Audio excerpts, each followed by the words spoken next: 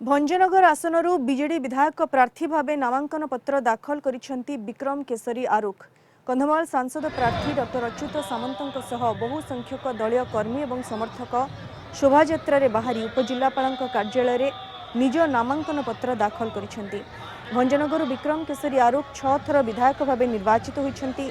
चलित निर्वाचन में सप्तम थर पर प्रार्थी होइछंती। 1995 मसीह जनता दल और 2000 मसीह 2019 पर्यंत क्रमागत भाव निर्वाचित होई आसुछंती। नामांकन पत्र दाखल पर निज प्रतिक्रिया विक्रम आरोप कहिथिले भंजनगर विधानसभा निर्वाचन मंडलीर विकास तांकर मूल लक्ष्य। गत 30 वर्ष धरी से जनप्रतिनिधि भाव दायित्व तुलाई आसुछंती। चलित निर्वाचन में सप्तम थर पर पुणी थे बहु भोट व्यवधान में विजयी हुई विकास धारा को त्वरान्वित करेंगे।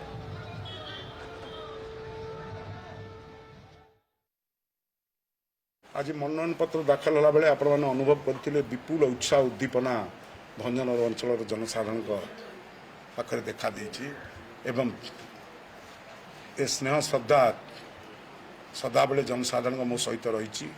तेणु मोर आशा और विश्वास आगामी दिन में मध्य स्नेह श्रद्धा सहयोग रहिबो एवं विपुल संख्यार एठी भोट पाई मु निर्वाचित हेबी एवं आमर सांसद प्रार्थी डॉक्टर अच्युतानंद सामंत जी अच्छा सी विपुल संख्यार भोट पाई कंधमाल लोकसभा निर्वाचन मंडल